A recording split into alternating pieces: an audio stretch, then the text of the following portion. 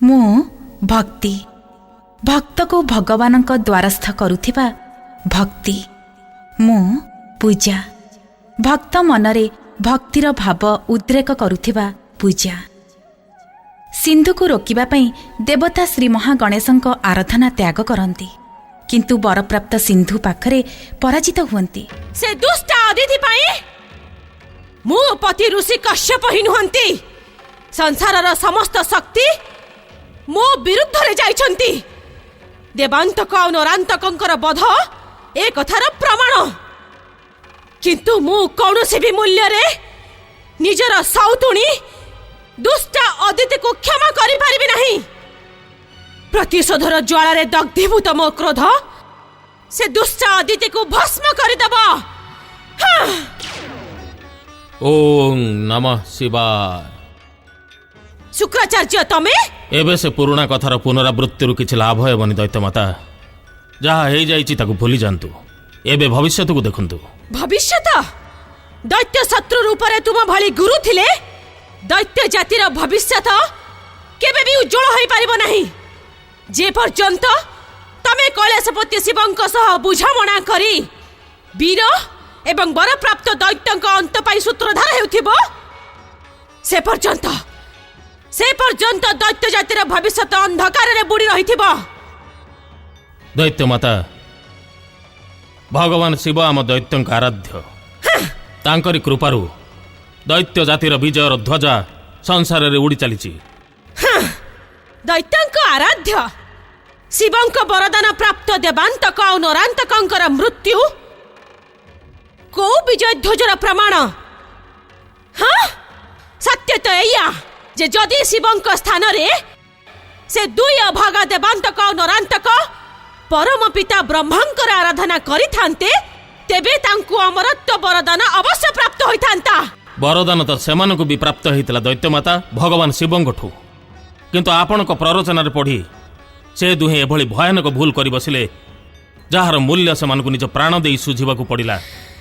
निज मूर्खामीर प्रमाण दियो नहीं शुक्राचार्य। तुम शिव वरदान देवा समय ही निर्धारित करि दैथिले जे तांको पुत्र गणेश हातरे देवांतक और नरांतकंक अंत हेबो। नहेले से छोट बालक दुई जण महान शक्तिशाली वर प्राप्त और वीर दैत्यंकु अंत करि पारथांता कि? प्रतिशोध और प्रतिरोधर ज्वाला आपणकर भाविबा चिंतिबार शक्ति को छड़ेई नेइछि दैत्यमाता। आपण जहाको छोट बालक भाविबार भूल करूचंती से अन्य केही नुहंती परम देव श्री महागणेशंक अवतार। मोर दैत्य शत्रुंक प्रशंसा पसंद नुहे शुक्राचार्य। महागणेश गणेश शिव और विष्णु समस्ते तमरी भली दैत्य शत्रु। तमे जदि मंगल चाहू था तेबे तुमे जोठू जेमिति आसीछ सेइठे के फेरी जाओ। आपण बारंबार मोर अपमान करूचंती दैत्यमाता। आ मु आपनको बारंबार क्षमा करि दउची केवल एइथि पई जे आपण दैत्यमाता। नचेत नचेत कौन करिवो तमे? नचेत मु तुमको भयंकर अभिशाप देई एई मुहूर्त दंड देई पारे। तमे मते अभिशाप दबो? तम कथा सुनी तो अट्टहास करिबा के इच्छा होची शुक्राचार्य। चालुणी पुणी छुंची को कहूची जे तोर भी गोटे छिद्र अछि। शुक्राचार्य अभिशाप दबो दैत्य माता दीदी को? दैत्य माता निज क्रोध को अंकुश लगांतु। ए समय परस्पर को साप अभिशाप दे नष्ट करिवार नुहे। अग्रपुत्र सिंधु दैत्य स्वर्ग उपर अधिकार करि नेछि। तुमे मो सौतुणी अदिति पुत्र सूर्यठु सिंधु दैत्य को वर प्राप्त कराई पुणी थरे प्रमाणित करि दैछ जे तुमे दैत्य शत्रुर कार्य करूछ। दैत्य जातिर उत्थान पई जदि दुष्ट देवतांक एकतारे बाधा पड़ी थाए तेबे यह आम पई शुभ संकेत दैत्यमाता। सिंधु को वरदान देवा कारणरू आज सूर्यदेव दुष्ट देवतांक क्रोधर शिकार होउचंती। राजनीति रे गोठी चालना आउ कूटनीतिर खेल खेलिबारे तुमे चतुर शुक्राचार्य किंतु मु शक्ति उपरे विश्वास करे। दिने ना दिने मो शक्ति पाई सारा संसार मो पाद तले लोटी जाई मोते दयार भिक्षा मागिब। भिक्षा स्वप्न आ कल्पना रे उड़ीबार चेष्टा रे ये समय व्यर्थ करंतु नहीं दैत्यमाता। ए मुहूर्त रे दैत्य जाति बरप्राप्त आ अमर दैत्यवीर सिंधुर विजय रे उल्लसित मरिब। से भी तुम षडयंत्र आ गुप्त मंत्रणार शिकार हेई जीव। तुमे ता विरुद्ध रे निज खेल आरंभ करि दैथिब ना शुक्राचार्य। हाँ केबे मरुछि से सिंधु दैत्य। आपण भूल करूचंती दैत्यमाता। सिंधुर जन्म तो त्रिलोकर राज्य संभाळिबा पई होईछि, मृत्युर शिकार हवा पई नुह। अर्थात सिंधु को मृत्यु द्वार पर्यंत पहुंचैबा असंभव दैत्यमाता।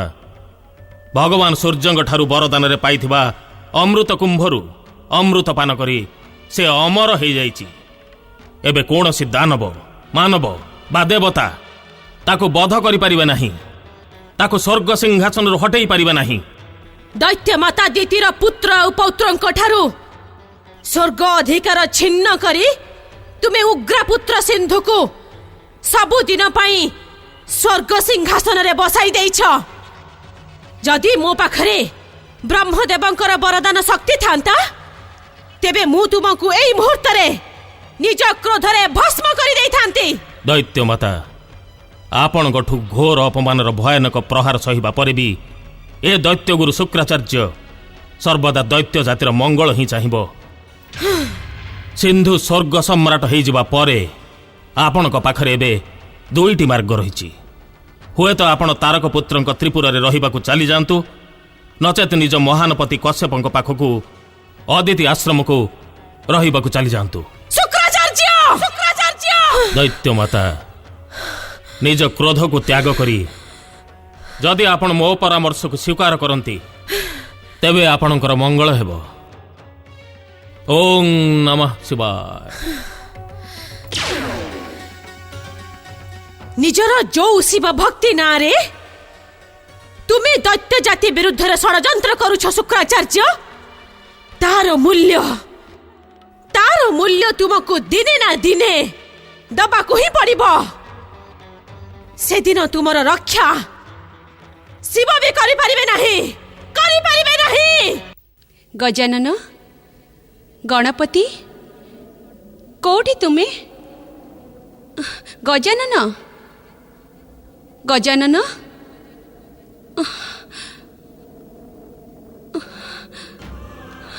पुत्र गणेश कोठी अछ? पुत्र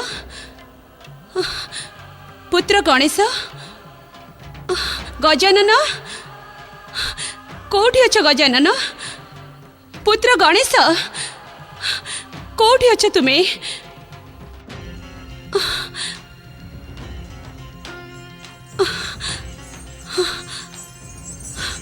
माता आमे कैलासर प्रत्येक स्थान रे खोजिलु किंतु आमको श्री गणेश कोठी भी मिलिले। माता आमे पाखापाखि वन प्रदेश रे भी श्री गणेश को खोजिलु किंतु तांकर किछि भी खबर मिलिलानी। माता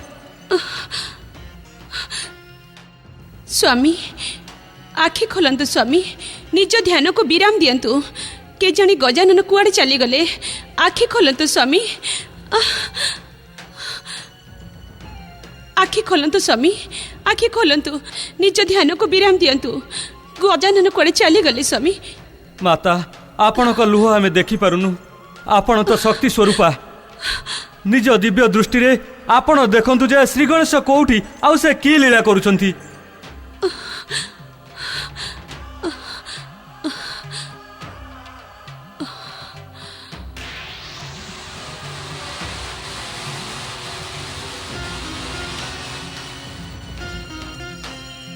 कोठी अछंती गौरीपुत्र माता? किंतु से तो मते कहिथिला जे से सेमिति किछि करबनी जहा मो इच्छा विरुद्ध रे जीव। माता श्री गणेश कोन आपण को इच्छार विरुद्ध रे किछि कार्य करिसंती? तमे बुझी परिबनी। ए प्रश्नर उत्तर केवल स्वामी देई परिबे। मो कथा सुनतु स्वामी। कहतु श्री गणेश मयूरेश्वरଙ୍କ सहित कुआडे जाउछंती? निज ध्यान को विराम दियंतु। आखि खोलतु स्वामी।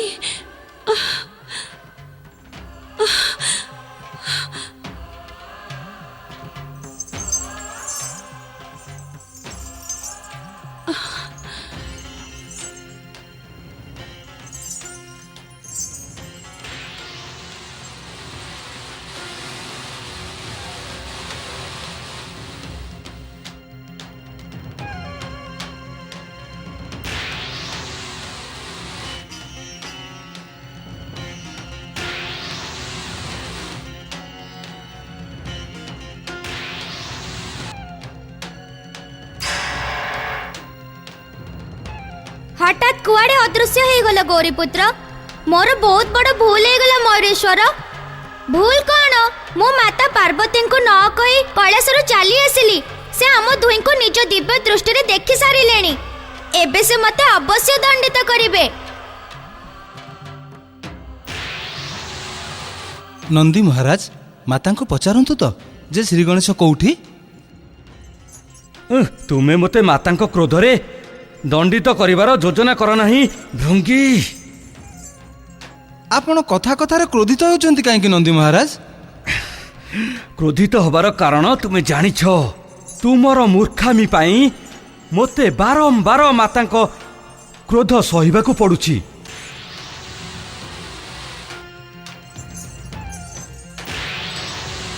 आपण सेया देखुचंती ना नंदी महाराज जहा मु देखुची?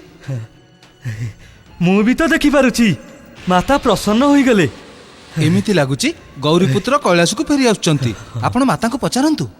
किंतु माता जदि क्रोधित होई जांती तो माता को प्रसन्नता एकथार प्रमाण जे से क्रोध करिवेनी।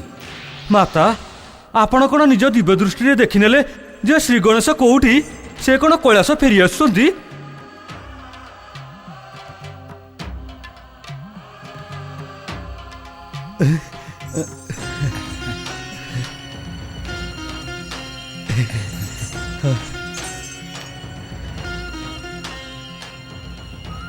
आश्चर्य नंदी महाराज आपण पचारिबा सत्वे भी माता किछु उत्तर देले नाही केवल हसी दे रही गले। यार रहस्य कौन? भृंगी तुमे मते एभली प्रश्न पचार नाही जहार उत्तर मो पाखरे नाही। मयूरेश्वर शक्ति स्वरूपा माता पार्वती मते देखिदेले आउ हसी दे रही गले एबे तुमे ही कुह कैलाश फेरिबा परे से मो सह कौन करिवे? गौरीपुत्र माता आम सह कौन करिवे तार अनुमान मु करि पारिबी। अर्थात मु थरटिए मातांको क्रोधरे दंडित हेई सारिछि। माता मते श्रृंखल रे बांधी निज क्रोध देखै देथिले सेथि पई तुमको कैलासरु अदृश्य हेबाको पड़िथिला। प्रणाम मयूरेश्वर हठात आपनक दर्शन पाई ए नारदर जीवन धन्य होईगला। नारायण नारायण मते आपनक दर्शन करिवार सौभाग्य सेही दिन प्राप्त होइतिला मयूरेश्वर। सेही दिन जो दिन माता पार्वती आपनकु श्रृंखल रे बांधी दंड देउथिले सेही मुहूर्त रे मु आपनकु अदृश्य होबार देखिथिली। तापरे आजि मते आपण देखि चकित हेउचंती आउ अनुमान लगाउचंती जे मु का सह कथा होउची। हाँ मयूरेश्वर हाँ परम देव श्री महागणेशଙ୍କ कृपारु मते जणा अछि जे स्वर्ग उपर अधिकार करिथिबा अमर वरप्राप्त सिंधु दैत्यर बध आपनक हाथ रे हेबो। मयूरेश्वर आपण एई मुहूर्त रे सेई विषय रे कहा संगे परामर्श करुथिबे? मु जहा सह परामर्श करूची तार अनुमान आपण लगेई पारु नांती देवर्षि। नारायण नारायण मयूरेश्वर अदृश्य व्यक्तिर अनुमान आपनक कृपा बिना केमिति करि परिबी? अनुमान करिबारे तो आपण केबे भी भूल करि नांती देवर्षि। मयूरेश्वर अनुमान करिवार आवश्यकता सेठी रही थाए जहा पाखरे आपनक भली सर्वशक्तिमान नथांती। जेतेबेले आपण मो पाखरे अछंती मोर अनुमान करिवार आवश्यकता कोन? कृपा करी केवल एतिकी कहंतु अदृश्य रूपरे आपनक सम्मुखरे की अछंती? आश्चर्य देवर्षि आपण निज चर्चा रे गौरीपुत्र श्री गणेशंक ना धरिलेनी आउ ना जानिबाकू भी कष्ट कले जे गौरीपुत्र कैलास रे अछि किबा नाही। तुमे माता पार्वती को भय कर नाही मयूरेश्वर। कैलास रे पहुंचिले तुमको माता पार्वती को स्नेह अवश्य प्राप्त हब। अर्थात तुमे मुहूर्त रे कैलास जिबाकू इच्छुक नुह गौरीपुत्र। प्रश्न इच्छार नुह कर्तव्यर। मो कर्तव्य मते कैलास जिबाकू अनुमति देउ नाही मयूरेश्वर। किंतु तुमे कैलास जाई माता पार्वती को कहबा जे मो पई चिंता करिवेनी मो शीघ्र कैलास रे पहुंचीबी। जहा तुम इच्छा गौरीपुत्र।